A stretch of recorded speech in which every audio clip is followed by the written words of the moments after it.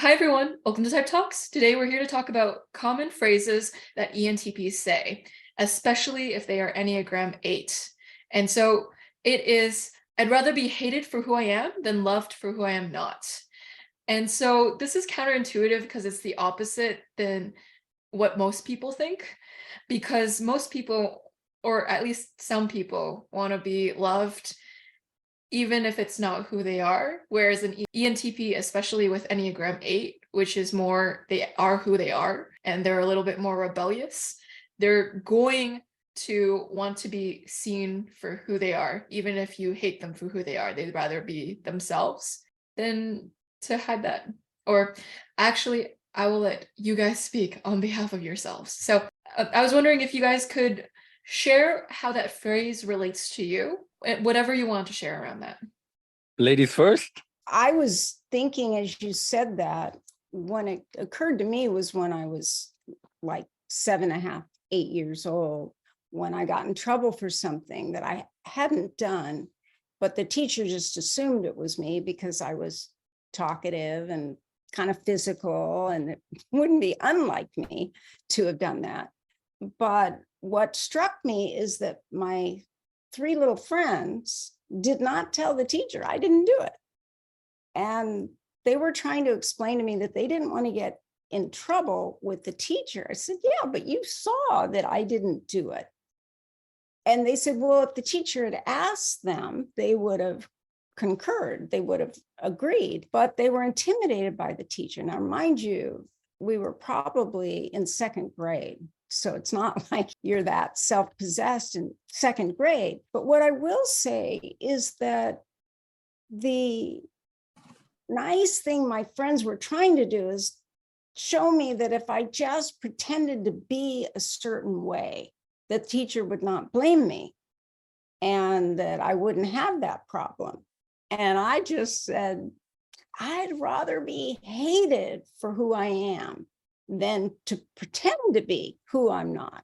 So therefore, loved for who I'm not, it would have no meaning to me.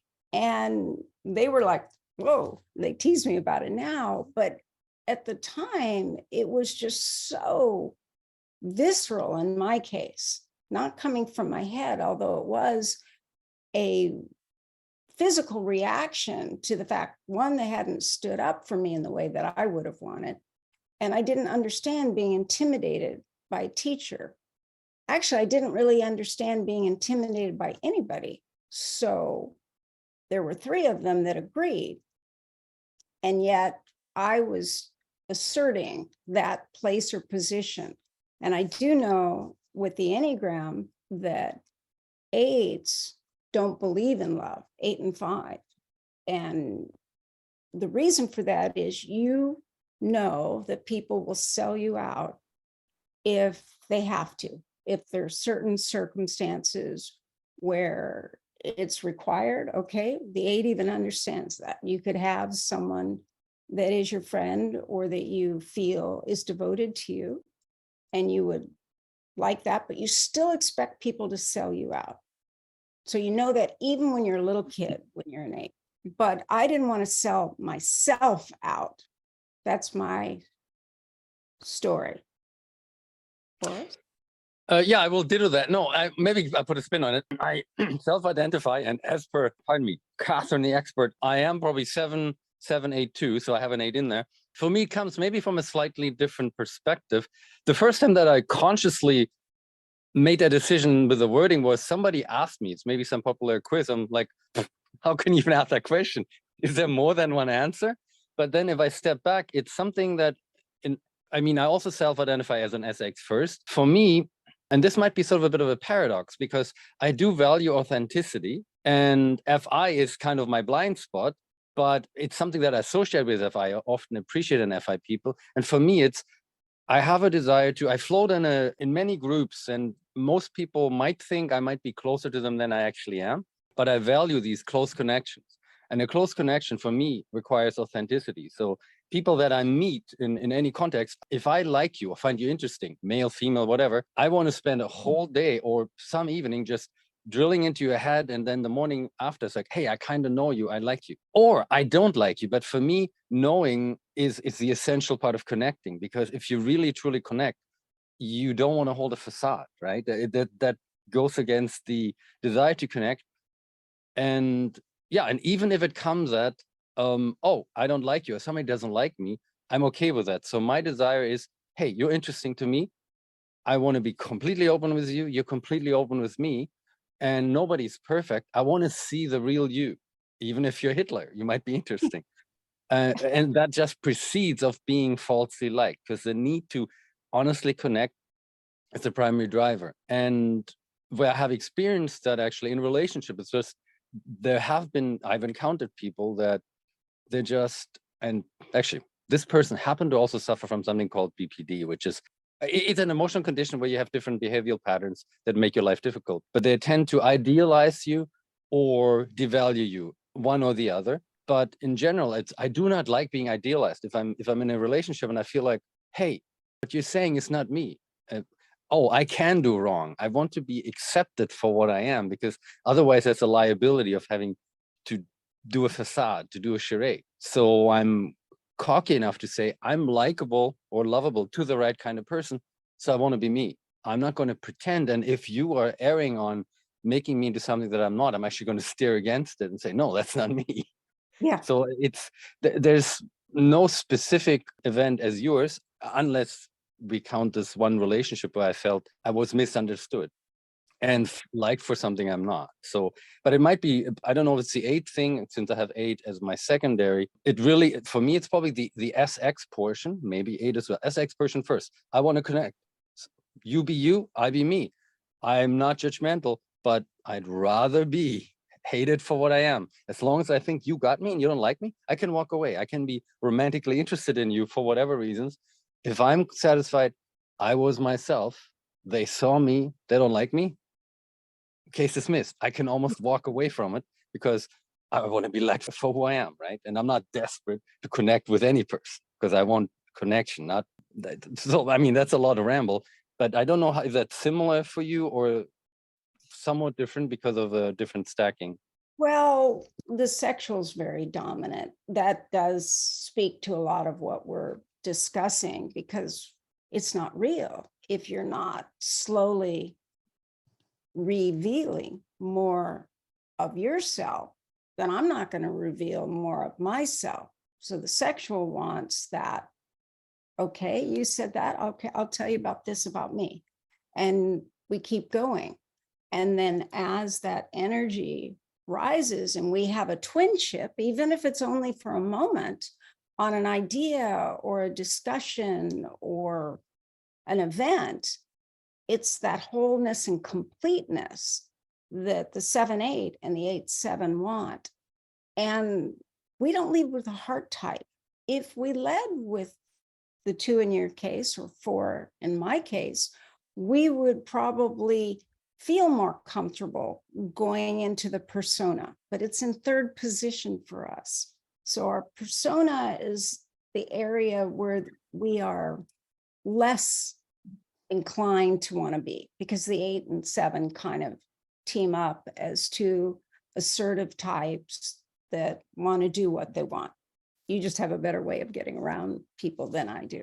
Having said that, I would say that,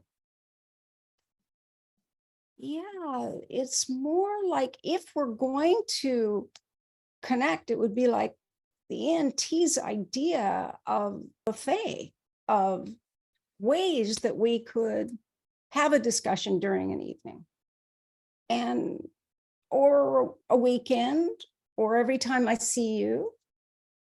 I certainly know that that amplifies the 8 and 7, or we could say the 7-8 and 8 and 7 amplify the ENTP in a certain way. And the sexual, it would amplify what wants to be discussed. Because yes, not all 7s are intellectual. Some of them just want the diversity and the variety, and they don't need the intellectual stimulation. But with the sexual, there is a persona, but it's based on our rapport, us in the moment. And that's how I experience it. Like, are we authentic? are we real? And sexuals want that for sure. You don't have to be 4 in the tritype. Yeah, and I find that sort of interesting because, which I touched on earlier, because people say FI and an ENTP is non-present, yet we crave that authenticity. And for me, I don't. You also self-identify as an SX first, right? Do you? Oh yeah. Yeah, Sexual I figured. Yeah, pretty Um, much. And I don't know if you organize your world the same way, but for me, it's really, I don't mind the persona. I can pick different personas. Some I enjoy, some are just necessity to, you could say manipulation, but I can, in a certain social context, I can appear more friendly, close to you than I really am, but it serves a purpose, not a devious purpose, but to get along, to deal with a person that's very different in a work context. But then I know, okay, this is facade. I'm wearing work clothes, which I don't like. I have this thing which I call the inner circle of maybe half a dozen people. They know me, but I take comfort in the realization or knowledge I can be myself because I like simple interfaces. I like and appreciate the essence of you. You're not perfect. There might be specific things I may say, hey, maybe that's not cool, or maybe I don't agree with that. But I'm crave that SX, probably SX driven comfort of I can be myself. Oh, no facade, no charades. Yeah, It's just, it can be me. Yeah, when someone doesn't idealize you, they love you for who you are rather than this ideal romanticized version of you. And I think there's a desire in ENTPs to shatter your wishful thinking. So if you have a wishful thought that's faulty reasoning or faulty logic, they want to point it out because they want to get rid of that inaccurate information about them or just about your understanding of something. So there's that too.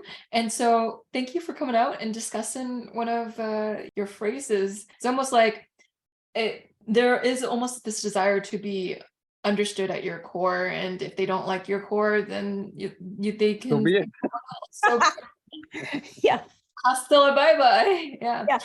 And it doesn't have to be hostile or angry. It Yeah. can just be not a good fit. I'll Yeah. go over there now. Well, that's kind of interesting. Have No, a it's nice day. true. Yeah. And everyone could learn a little bit about that level of confidence. And I think ENTPs who have 8 in their Enneagram Tritype tend to score lower on neuroticism. So I think there's also low. Worse My has, last test was 0. and Catherine has 0 neuroticism too. That's right. So thank you everyone for watching, and I hope you all enjoyed this episode. Take care. Bye. Bye-bye.